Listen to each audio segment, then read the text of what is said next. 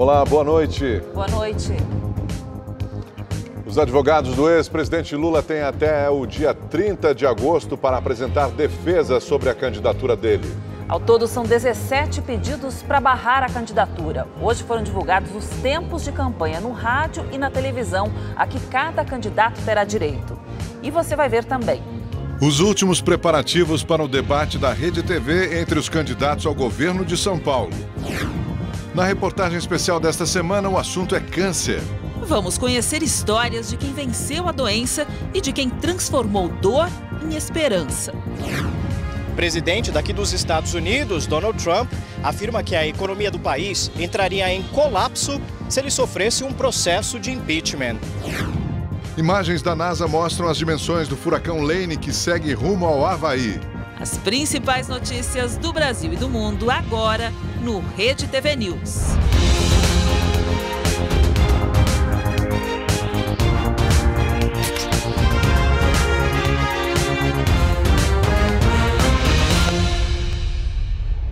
O Supremo Tribunal Federal retomou nesta quinta-feira o julgamento conjunto de duas ações que questionam se a terceirização de serviços fere a Constituição.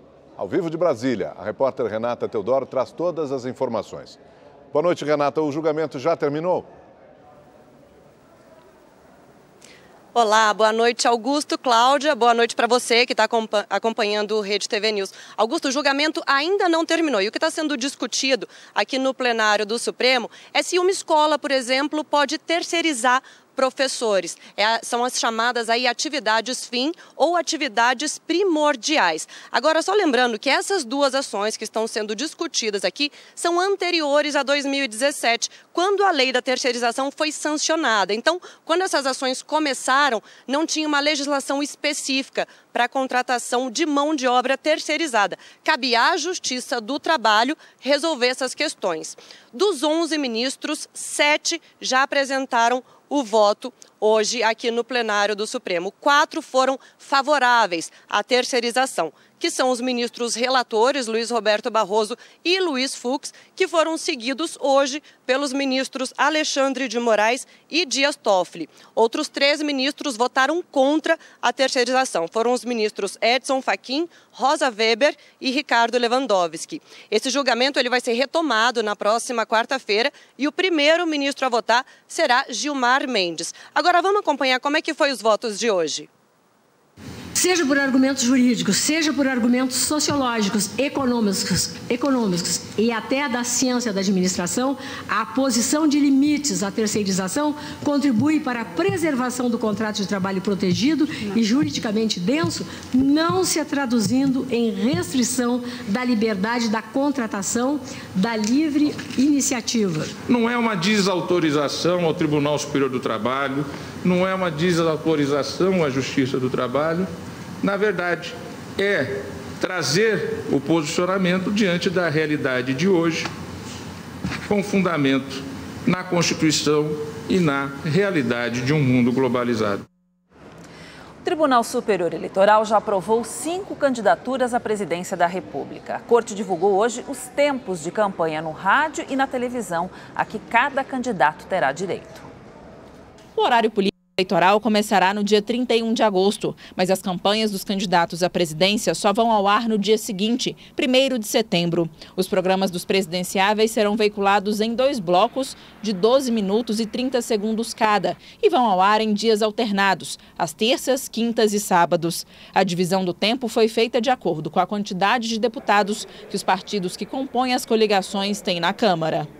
O candidato com mais tempo é Geraldo Alckmin, do PSDB. O ex-governador de São Paulo tem a maior coligação, formada por 9 partidos, o que deu a ele 5 minutos e 32 segundos de exposição por bloco. O segundo colocado tem menos da metade do tempo do tucano. É o ex-presidente Lula, do PT, que terá 2 minutos e 23 segundos. Depois vem Henrique Meirelles, do MDB, com quase 2 minutos.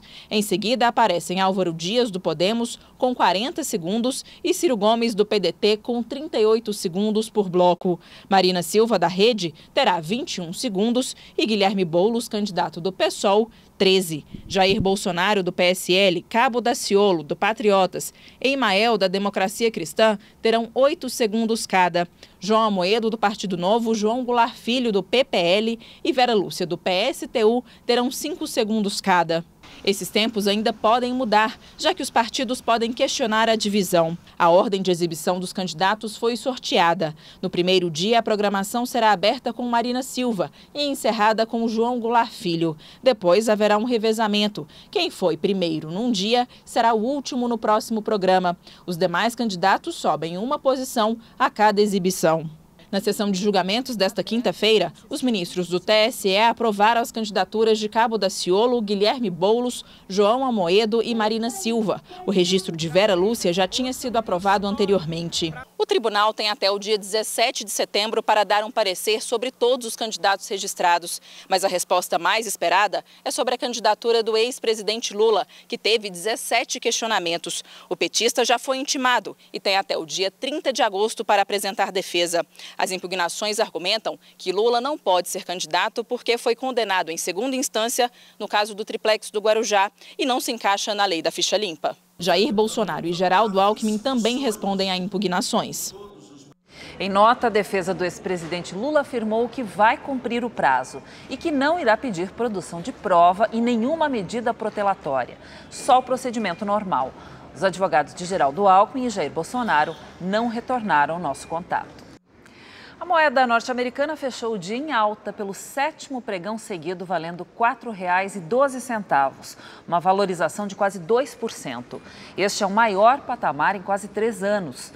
Segundo investidores, a guerra comercial entre China e Estados Unidos e o cenário eleitoral brasileiro impulsionaram a alta do dólar. O turismo chegou a ser vendido acima de R$ 4,50, já com imposto sobre as operações financeiras. Desde o começo do ano, a moeda norte-americana já acumula valorização de mais de 26%. Hora de conversar com o nosso comentarista de política, Reinaldo Azevedo. Boa noite, Reinaldo. Eu tiro meu chapéu para você, que o seu tá bonito, hein? Ô, Reinaldo, eu gostaria de saber essa história aí do Jair Bolsonaro. Há dúvidas também sobre a candidatura dele depois desses questionamentos todos, Reinaldo? Pois é, boa noite, Augusto, boa noite, Cláudia. Você acredita que sim? Veja, quando eu penso nas conquistas formidáveis da Lava Jato, e eu não sou contra o combate à corrupção, eu sou favorável ao combate à corrupção, eu sou contra a maluquice, né? E quando eu vejo que nós temos, em primeiro lugar, um candidato que está preso, com 39% dos votos, e em segundo lugar, segundo o Datafolha, com 19% dos votos, um candidato que é réu no Supremo, então a gente se dá conta, vamos dizer assim, da miséria política a que nós chegamos, meu querido Augusto. Vamos lá. Tem uma decisão do Supremo, numa votação que terminou em dezembro de 2016, que vai precisar ser revista agora. O que é que o Supremo decidiu, então, por 6-3? A votação começou em novembro e terminou em dezembro. Atenção, pessoas que são réis, quem é réu, não pode estar na linha sucessória. Não pode assumir a presidência da República nem por 2 dias, nem por meia hora. À época, foi uma ação, uma arguição de descumprimento do preceito fundamental de autoria da Rede. Por quê? Quando a Rede entrou com esse pedido, o Eduardo Cunha tinha acabado de se tornar réu. Acontece que o presidente da Câmara, em caso de vacância de presidente e vice, assume a presidência da República. E aí, então, disse a Rede, o presidente não pode ser réu. Quando um presidente é réu, ele tem de se afastar da presidência. Está no artigo 86 da Constituição. Então, note, Augusto, está lá no artigo 86. Assim que o presidente vira réu em ação penal, ele tem de sair, tem de se afastar. Por 180 dias, até ser julgado pelo Senado. Se for absolvido, volta. Se não for julgado nesse período, também volta.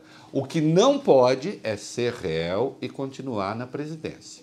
Se não pode ser réu e continuar na presidência, argumentava a Rede, e o Supremo concordou, então não pode estar na linha sucessória.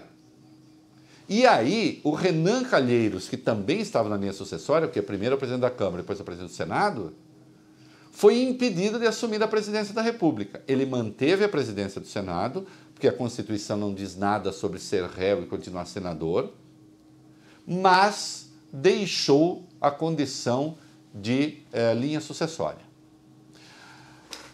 Está estabelecida uma questão, o próprio ministro Marco Aurélio do Supremo lembrou isso. Então vamos lá. Se um presidente tornado réu, não pode continuar na presidência. Se alguém que o sucede, não pode continuar na presidência. Não pode assumir a presidência, ainda que temporariamente. Por que um réu poderia ser eleito? E o Bolsonaro é réu. Ele é réu naquela ação em que ele é acusado de apologia do estupro. E agora a defesa dele pediu, o Marco Aurélio concordou, em apressar uma segunda denúncia contra ele. Na terça-feira, a primeira turma do Supremo, onde ele já é réu, vai julgar uma outra denúncia, aquela envolvendo o quilombola. Quando ele disse numa palestra em abril, na Hebraica, que o quilombola era gordo, era tão gordo que nem se reproduzia e que era pesado em arrobas. Ele teve uma denúncia por racismo oferecida pela Procuradoria-Geral da República. Caso essa denúncia seja aceita, ele se torna réu pela segunda vez. Mas já a primeira condição de réu, segundo decisão do Supremo, pode inviabilizá-lo. Destaco, em 2016, o Supremo não arbitrou sobre a condição de candidatos, só tratou daqueles que sucedem o presidente. Mas, se Bolsonaro for eleito, ele vira presidente e é réu. Mas a Constituição diz que um presidente não pode ser réu no cargo. E aí, como é que fica? Então, o Supremo vai ter que se debruçar sobre isso. E para encerrar, olha aqui, o Bolsonaro foi muito criticado porque uma vez fez o símbolo de uma arma na mão de uma garotinha. Ele voltou à carga, fez isso de novo, né, em Araçatuba. Tinha um garoto com uma roupa da Polícia Militar e o Bolsonaro perguntava para ele, você sabe atirar? Você sabe dar tiro? E depois, mais uma vez, ensinou a criança a fazer o símbolo da arma. Deixa eu dizer uma coisa, pouco importa a opinião que você tenha sobre o porte ou não de arma, sobre a posse ou não de arma, que são coisas diferentes. A questão é outra. A questão é, uma criança pode ou merece ser submetida a esse tipo de coisa?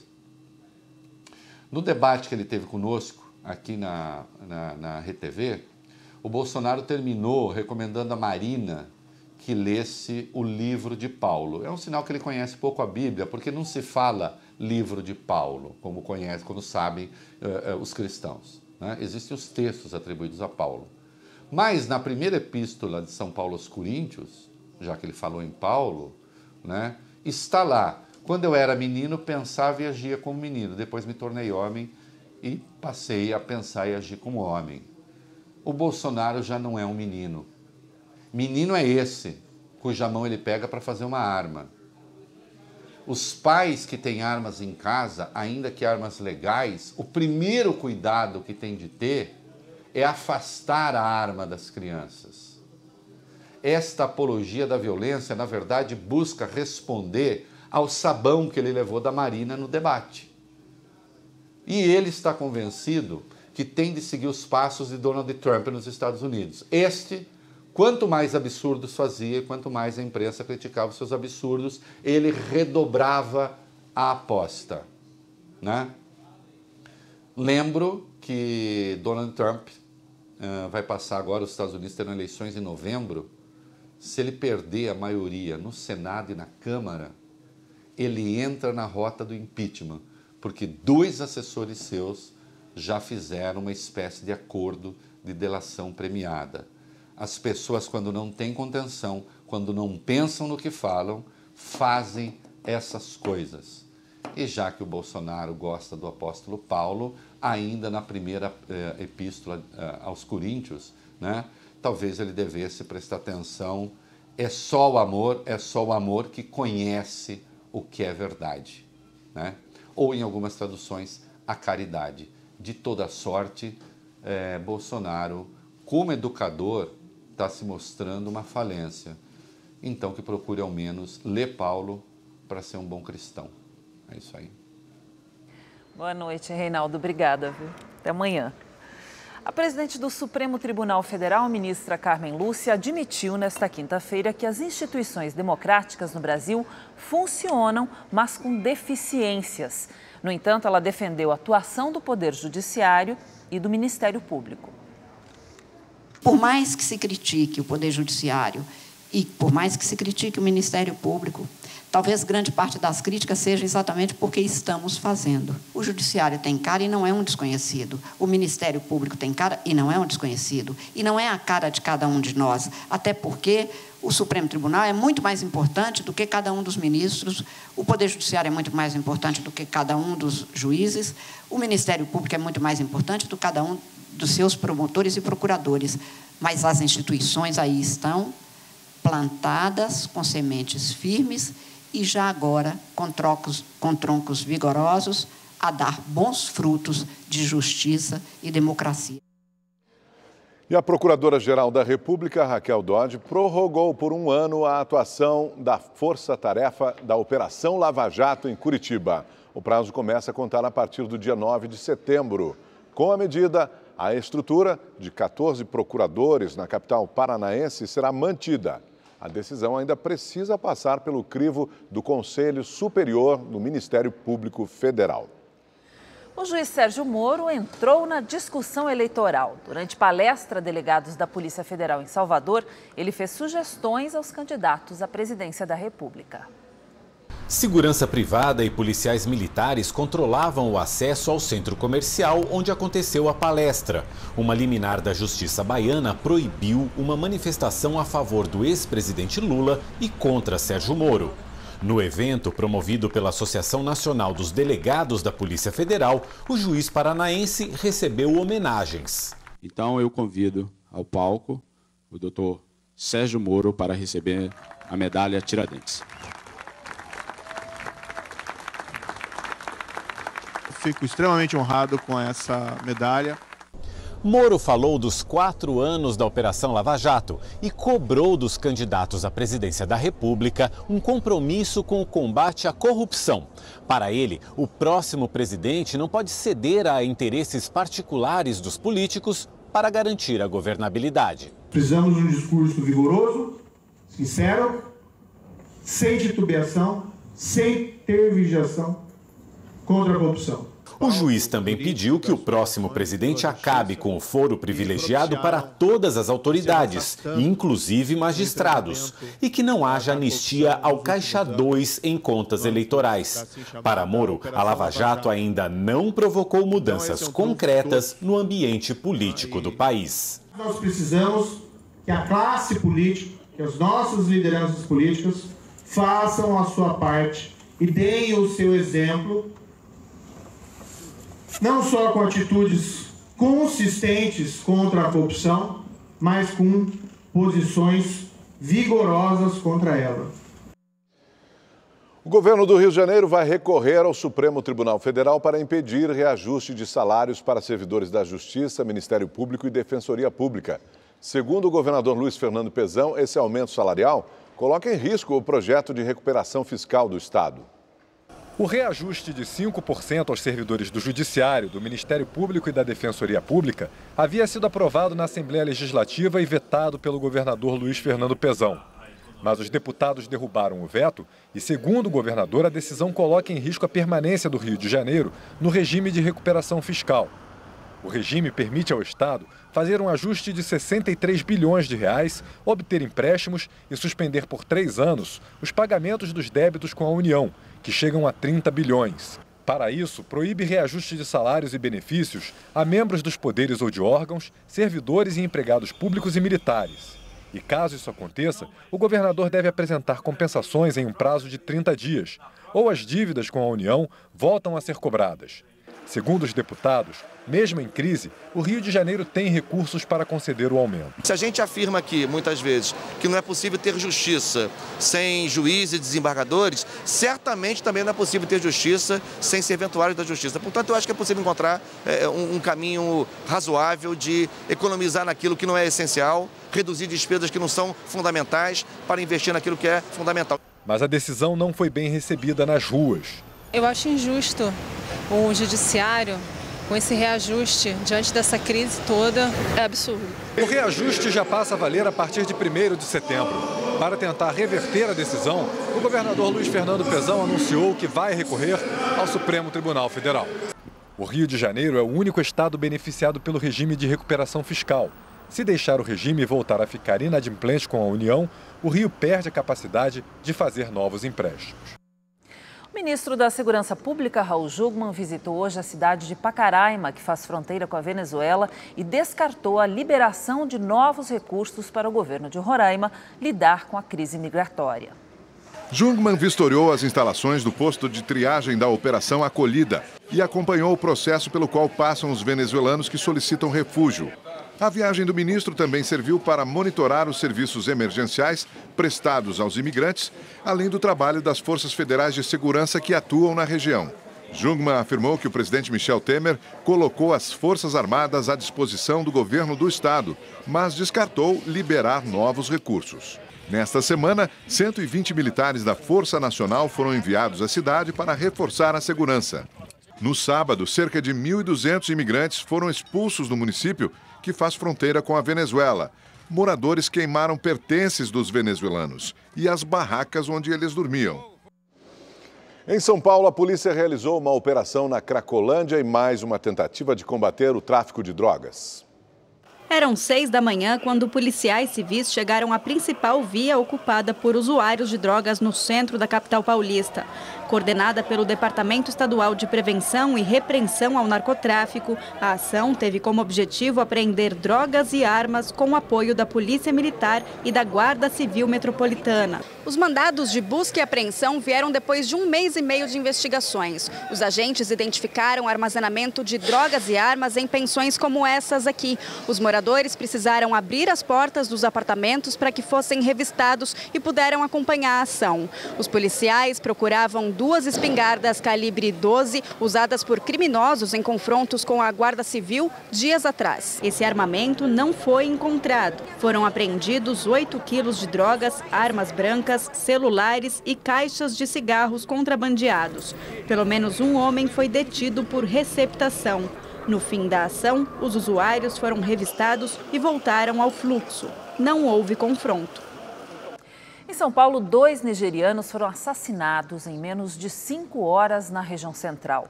A polícia investiga se os crimes têm ligação. James Olocuco, de 47 anos, foi esfaqueado dentro de uma loja desta galeria, frequentada por nigerianos. O imigrante era casado e morreu na hora. 5 horas depois, bem próximo dali, Ikudik Shizoba, de 34 anos, também foi assassinado. O nigeriano caminhava por esta rua do centro da capital ontem, por volta das 9 horas da noite, quando foi atingido por 9 tiros, pelo menos. De acordo com as testemunhas, os disparos foram feitos por uma pessoa que estava dentro de um carro que passou pelo local exatamente no momento. As câmeras de monitoramento, elas existem. As informações já foram transmitidas para a delegada de plantão, inclusive ela compareceu até o local. O nigeriano foi socorrido ainda com vida e levado para a Santa Casa de São Paulo, mas não resistiu. A polícia descartou a hipótese de latrocínio, porque nada foi roubado das vítimas, mas investiga se existe uma relação entre os 2 crimes. Você tem uma proximidade de horário e uma proximidade até de via pública. Os 2 locais não são tão distantes. Não estamos trabalhando com uma vinculação, mas volto a falar, pode ser que no curso da investigação alguma coisa surja nessa linha. 3 policiais militares foram assassinados hoje em Fortaleza. Eles estavam de folga e foram mortos em um bar. Ao vivo, direto de Fortaleza, o repórter Emerson Tchelian tem as informações. Boa noite, Tchelian. Qual foi a motivação para esse crime, hein? Boa noite, Augusto. Boa noite a todos. Olha, Augusto, os policiais estavam almoçando e bebendo em um bar na periferia da capital. Foi quando, segundo a polícia, homens armados chegaram em um veículo preto e executaram os PMs. Eles morreram na hora. As vítimas são os sargentos Augusto Lima e Sanderley Cavalcante e o segundo-tenente César Gomes. A investigação apontou que as mortes seriam uma represália pelo assassinato de um traficante no mesmo bairro. Logo após o crime, a polícia iniciou as buscas, mas até agora ninguém foi preso. Ao vivo de Fortaleza, Emerson Tchalian para o Rede TV News. Obrigada, Tchalian. Desde o início da semana, 4 agentes de segurança foram mortos no Rio de Janeiro. Hoje foi enterrado o corpo do militar do Exército morto em uma operação do Complexo da Penha, na zona norte da cidade. A gente está sem chão. Está um apoiando o outro, um segurando o outro, a gente está todo mundo sem chão. Este é o sofrimento vivido por amigos e familiares do soldado Marcos Vinícius depois que ele foi morto. O jovem de 22 anos foi enterrado nesta tarde com honras militares. Marcos Vinícius estava no Exército há 3 anos. Na última segunda-feira, saiu de casa para participar da mega operação que aconteceu nos complexos da Penha, Alemão e Maré, na zona norte do Rio. Na ação, foi atingido por 2 tiros. O soldado foi levado para o hospital, mas ontem não resistiu aos ferimentos. Só esta semana, 4 agentes de segurança morreram no Rio de Janeiro. Na mesma operação que Marcos Vinícius participava, foram mortos o cabo Fabiano Oliveira dos Santos e o soldado João Vitor da Silva. Desde fevereiro, quando teve início a intervenção federal na segurança pública, estas foram as primeiras baixas do Exército. Na noite de ontem, o policial militar Paulo Vitor Barbosa, de 37 anos, também foi morto ao ser identificado como PM em um assalto em Nova Iguaçu, na Baixada Fluminense. Esse é o Brasil que eu não quero para mim. Jovens, adolescentes, para mim são crianças lutando por uma guerra que não é deles, onde eles não deveriam estar. Eles entraram ali para servir a pátria e não para serem mortos. Agora uma história que choca. Uma adolescente de 14 anos foi assassinada pelo namorado após uma discussão no interior de Minas Gerais. O suspeito chegou a consolar a família da vítima antes de confessar o crime. Luísa Retucci da Silva tinha 14 anos, estudava e trabalhava como babá para ajudar a família. Na última terça-feira, ela não voltou para casa. Após 12 horas de buscas, o corpo da adolescente foi encontrado seminu e com marcas de estrangulamento em uma mata de Pouso Alegre, no sul de Minas Gerais. O morador que encontrou a menina chegou a confundi-la com uma boneca. Ele disse, olha, tem uma boneca ali no buraco, no meio do mato, ali, uma boneca tamanho de mim. Na hora que eu cheguei perto, eu fiquei com medo, porque a boneca estava com a boca meio suja de sangue. Parece que é um negócio vermelho na boca, a mão meio roxa. A polícia suspeitou quando encontrou o namorado da vítima, Wesley Luiz Ferreira Cruz, de 20 anos, próximo ao local onde estava o corpo. Ele tinha passado a madrugada ajudando a família nas buscas pela namorada. Ele se mostrou preocupado, mas de forma que causou suspeita na guarnição policial, que foi a primeira interventora. Causou estranheza, chorou no local, contou uma história um pouco discrepante. A gente suspeitou, fez uma busca no veículo particular dele e na residência dele, onde a gente encontrou alguns pertences da vítima. Na delegacia, Wesley confessou que matou a namorada porque ela teria reagido após perceber que havia sido fotografada nua dentro do carro dele. Amigos da adolescente contaram à polícia que o relacionamento de 2 anos era abusivo. No próprio celular dele, nós encontramos muitas conversas com teores de briga, de ameaças, né, entre eles, ofensas. Então a gente começa já a definir que aquele realmente seria um relacionamento conturbado. Wesley foi levado para o presídio e vai responder por feminicídio. Só este ano, o Instituto Nacional de Câncer estima que 600 mil pessoas sejam diagnosticadas com a doença no país. Doença que já é a principal causa de morte em quase 10% das cidades brasileiras. Quem já teve um tumor ou ainda luta contra um, vive uma batalha diária para vencer cada obstáculo que o câncer coloca no caminho.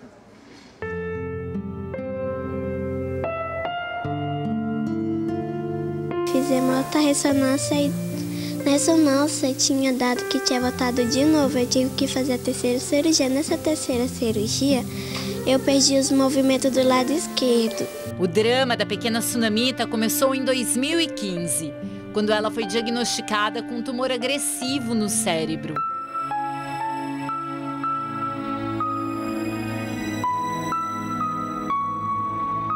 A garota é de Rio Branco, no Acre, e está em São Paulo, longe da mãe e na companhia do pai, para dar continuidade ao tratamento contra o câncer. Lá no Acre, onde a gente mora, lá a máquina está quebrada e não tinha previsão de quando ia ajeitar a máquina de rádio. Aí o TFD nos encaminhou para cá, para São Paulo. Aí estamos aqui nessa batalha. Sem condições financeiras para bancar hospedagem e alimentação, Sunamita e o pai recebem ajuda neste lugar. A Casa Maria Helena Paulina recebe crianças e pais de várias partes do Brasil que vêm a São Paulo para buscar o tratamento contra o câncer. Aqui, eles encontram todo o apoio que precisam. De acordo com o INCA, mais de 12 mil crianças serão diagnosticadas com a doença aqui no país até o final de 2018. A estimativa é que mais de 600 mil casos sejam registrados. A cicatriz na perna de Suiane é só mais uma das marcas que as batalhas contra o câncer deixaram. Ela tem 20 anos e descobriu que estava com a doença ainda muito jovem, aos 13, quando chegou pela primeira vez à Casa Maria Helena Paulino.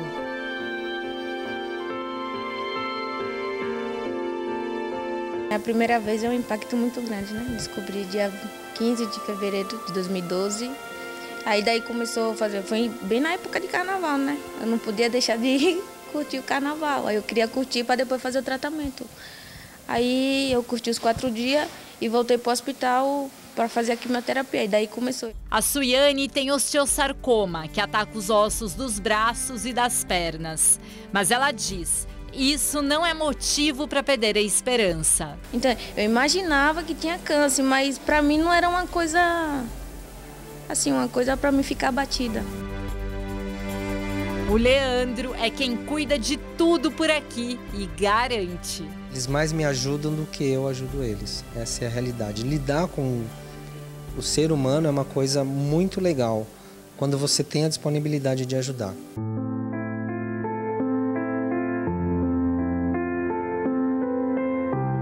Os retratos mostram que até nos momentos mais difíceis, Raquel se mantinha forte e sorridente.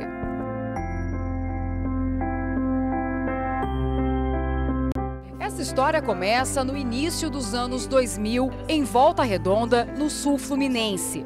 A mãe de Raquel foi diagnosticada com câncer de colo de útero e já apresentava metástase.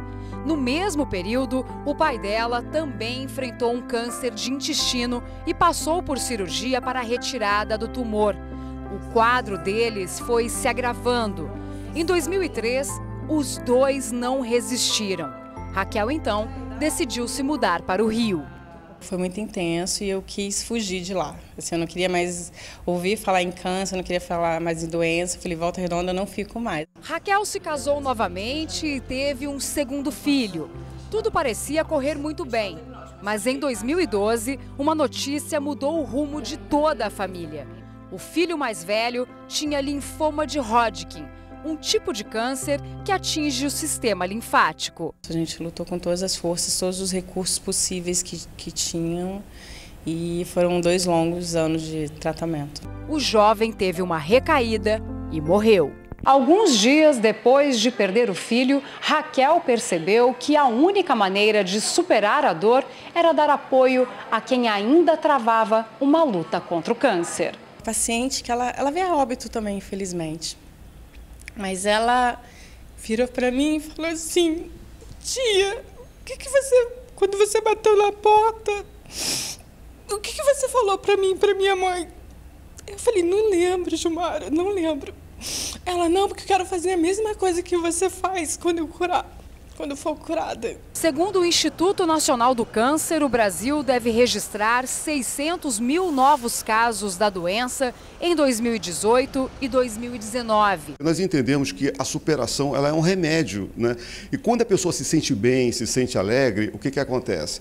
A imunidade dela melhora. Leonardo era um menino quando descobriu um tumor no joelho. Morador do Complexo do Caju, na zona portuária do Rio, o jovem começou a treinar jiu-jitsu em um projeto social e se destacou. Depois de 1 ano e meio participando de competições, começaram a surgir as primeiras dores. Senti dores no joelho, sendo que para mim seria só uma lesão de treino. O médico suspeitou de um tumor e fez alguns exames e me encaminhou para o INTO. Lá no INTO eu fiz uma biópsia, e onde foi detectado um tumor maligno avançado. A notícia foi avassaladora. Léo não tinha muito tempo e teve que amputar a perna. Hoje, os médicos acompanham de perto para ter certeza de que não há sinais de retorno do câncer. Léo, feliz, voltou para o tatame. Além das competições, ele dá aulas no projeto social onde tudo começou, cheio de sonhos para o futuro. É muito gratificante você ver crianças te olhando de uma forma com admiração.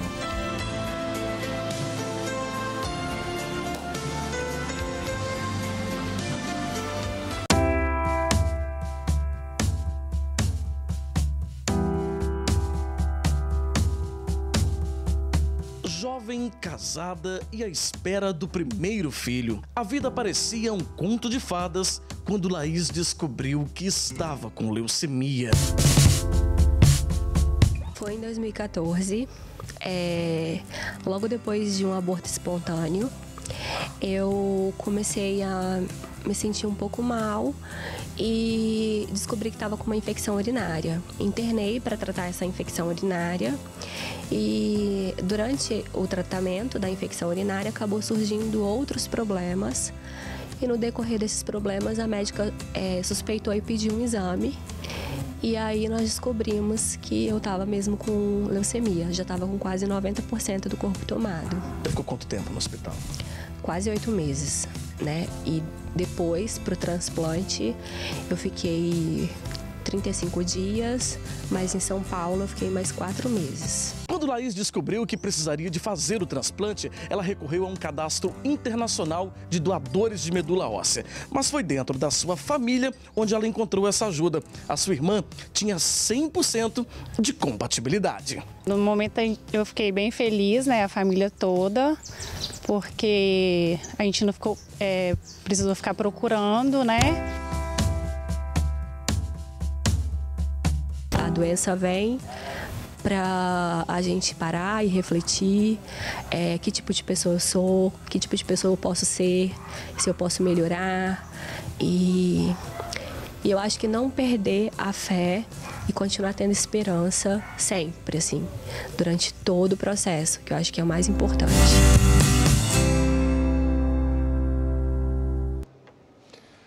E na capital da Argentina, Buenos Aires, um grupo de policiais fez buscas em um dos apartamentos onde vive a senadora e ex-presidente do país, Cristina Kirchner. A operação foi aprovada pelo Senado. A própria Cristina, que tem imunidade parlamentar, votou a favor das buscas. Ela é acusada de receber propinas em troca de contratos em obras públicas quando era chefe de Estado entre 2007 e 2015. Kirchner nega as acusações. As buscas também devem acontecer em outras 2 propriedades da senadora. O presidente americano Donald Trump afirma que a economia do país entraria em colapso se ele sofresse um processo de impeachment. Os detalhes com o correspondente Fábio Borges. A declaração do chefe da Casa Branca foi feita durante uma entrevista exibida hoje na TV americana Fox. Eu não sei se poderiam iniciar um processo de impeachment contra alguém que está fazendo um ótimo trabalho. Eu acho que se eu sofresse um impeachment, o mercado entraria em colapso e todos ficariam muito pobres. As especulações sobre a abertura de um processo para destituir o presidente americano ganharam força nesta semana, após o ex-advogado de Trump, Michael Cohen, confessar ter violado leis de financiamento em campanhas eleitorais para favorecer seu cliente. Cohen afirmou à justiça que pagou $130 mil para a atriz pornô Stormy Daniels e $150 mil para a modelo Carrie McDougal se calarem sobre as supostas relações extraconjugais que tiveram com Donald Trump. Ele disse ainda que Trump o orientou a fazer os pagamentos ilegais para evitar um escândalo durante a campanha presidencial de 2016. Donald Trump nega ter feito os pagamentos. Quando eu soube desses pagamentos, questionei se o dinheiro havia saído da minha campanha, mas não saiu. Isso não é uma violação eleitoral. A vida política de Donald Trump pode ficar ainda mais conturbada a partir do final deste ano. É que em novembro serão realizadas aqui nos Estados Unidos as eleições legislativas. Atualmente, o Partido Republicano, de Donald Trump, tem a maioria dos assentos na Câmara e no Senado. Mas se o partido de oposição retomar o controle do Congresso, os representantes democratas poderiam aprovar a abertura de um processo de impeachment contra o líder da Casa Branca. 2 presidentes americanos já sofreram impeachment. Os democratas Andrew Johnson, em 1868, e Bill Clinton, em 1998. Ambos foram absolvidos. Fábio Borges, de Los Angeles, para o Rede TV News. E nesta quinta-feira, a China respondeu com a mesma moeda e elevou pela segunda vez as tarifas a diversos produtos importados dos Estados Unidos. Marcelo Espíndola, nosso correspondente na China, traz os detalhes. No novo patamar do embate comercial, a China impôs tarifas de 25% sobre automóveis, maquinário industrial, entre outros produtos, aumentando a taxa em mais 16 bilhões de dólares em bens norte-americanos, equilibrando a balança da retaliação em um total de 50 bilhões de dólares em sobretaxas nas importações entre os dois países. Hoje também começou a valer os impostos dos produtos americanos. Pequim anunciou hoje que vai apresentar queixa na Organização Mundial do Comércio contra Washington por ter elevado tarifas com base na investigação do governo Trump, que aponta a violação chinesa em propriedade intelectual e transferência de tecnologia. Na balança comercial entre as duas potências econômicas, a China sai na frente. No primeiro semestre deste ano, vendeu 134 bilhões de dólares a mais para os Estados Unidos. E o presidente americano Donald Trump, com a política da América Primeiro, diz proteger o emprego, as pequenas e médias empresas contra os produtos chineses de baixo preço. Apesar das reuniões entre autoridades comerciais dos dois países, os Estados Unidos ainda ameaçam uma terceira rodada com tarifas sobre mais 200 bilhões de dólares em produtos chineses no próximo mês. O Fundo Monetário já informou que o impacto vai ser global e que esta briga de cachorro grande pode reduzir em 0,5% a economia no mundo todo. Marcelo Espíndola, de Macau, para o Rede TV News. Um homem matou a mãe e a irmã e deixou outra mulher gravemente ferida no subúrbio de Paris. O grupo terrorista Estado Islâmico reivindicou o ataque, mas as autoridades não tratam o caso como terrorismo. Veja na reportagem de Peterson Isidoro. Kamel, como foi identificado pela imprensa francesa, foi morto por agentes da elite das forças de segurança depois de matar a facadas a mãe e a irmã na cidade de Trapé, a 30 quilômetros da capital Paris. Durante a tentativa de fuga, ele feriu gravemente uma mulher. Segundo testemunhas, quando os policiais chegaram ao local, o suspeito teria gritado "Alá é grande" em árabe e dito que estava disposto a matar todos que se aproximassem dele. Em 2016, o homem já havia sido investigado pelas autoridades antiterroristas francesas depois de apoiar publicamente as ideias extremistas do Estado Islâmico. O grupo jihadista reivindicou o ataque, mas as autoridades ainda não tratam o caso como terrorismo. Segundo a polícia, o mais provável é que a tragédia tenha acontecido por causa de um problema familiar. Era alguém com problemas psiquiátricos. Foi mais um lado de desequilíbrio do que alguém comprometido. Ou alguém que poderia, por exemplo, responder às ordens e instruções de organizações terroristas em particular. Desde 2015, a França vive em estado de alerta quando o país sofreu uma série de atentados extremistas sem precedentes, com mais de 230 mortos. Peterson Isidoro, de Portugal, para o Rede TV News. 3 companhias aéreas europeias anunciaram hoje a suspensão dos seus voos para o Irã. A partir de setembro, a British Airways, a KLM e a Air France não farão mais as rotas para o país. O motivo são as sanções americanas contra o Irã e a saída dos Estados Unidos do acordo nuclear assinado em 2015. Apesar da decisão das empresas, a União Europeia ainda tenta manter o pacto. Hoje, o bloco ofereceu uma ajuda ao governo iraniano de 18 milhões de euros. E depois de uma vitória importante diante do Bahia pelo Campeonato Brasileiro, o Internacional de Porto Alegre não recebeu boas notícias hoje. O peruano Paulo Guerreiro, que acabou de ser contratado pelo Internacional, teve o efeito suspensivo revogado pela Justiça da Suíça. Com isso, o atleta vai ter que cumprir o restante da suspensão por doping, mais 8 meses fora dos gramados. Guerreiro só poderá voltar a jogar em abril de 2019. Ele não vai poder treinar no clube e também não vai receber salários. O campeão olímpico Thiago Braz levou um susto durante um treinamento na Itália. Depois de correr em direção ao sarrafo, o brasileiro se apoiou e a vara quebrou em 5 pedaços. A cena só se tornou divertida porque o Thiago não sofreu nenhum ferimento. O atleta está classificado para as finais da Diamond League, que acontecem no final do mês. No Havaí, a tempestade do furacão Lane já atingiu a Grande Ilha e causou deslizamentos de terra, além de bloqueio de rodovias. Apesar do fenômeno ter perdido força e ter chegado à categoria 4, na escala que vai até 5, a previsão é de mais estragos nas próximas horas. Ventos com mais de 215 km por hora são aguardados. Antes de tocar o solo, o Lane pode se transformar em um ciclone violento. Nessas imagens, feitas por um astronauta da NASA, é possível ver a força da tempestade, que pode ser uma das mais destrutivas dos últimos 26 anos. O presidente dos Estados Unidos, Donald Trump, declarou estado de emergência e as autoridades orientaram a população a comprar suprimentos como alimentos, água e remédios para 14 dias. Estamos de volta com o Rede TV News. Agora uma imagem impressionante que vem da Venezuela. Lamentável. Em Maracaibo, blackouts provocaram panes em refrigeradores e os açougueiros decidiram oferecer a carne em promoção, só que a carne é estragada. A população tem comprado essa carne para consumir proteína. Algumas pessoas chegaram a passar mal após o consumo. Um pai de família explicou que a carne estragada tem um cheiro forte, mas não há saída, ele precisa alimentar os filhos. Então, lava a carne com limão e vinagre para melhorar o aspecto e o cheiro da carne. Uma situação realmente lamentável. A Venezuela vive uma grave crise econômica e política e a população passa por esse tipo de coisa. Muito triste o ser humano ter que passar por uma história dessa, né? Rede TV News fica por aqui. Mais notícias você acompanha no Leitura Dinâmica. Uma boa noite. Boa noite para você e até amanhã.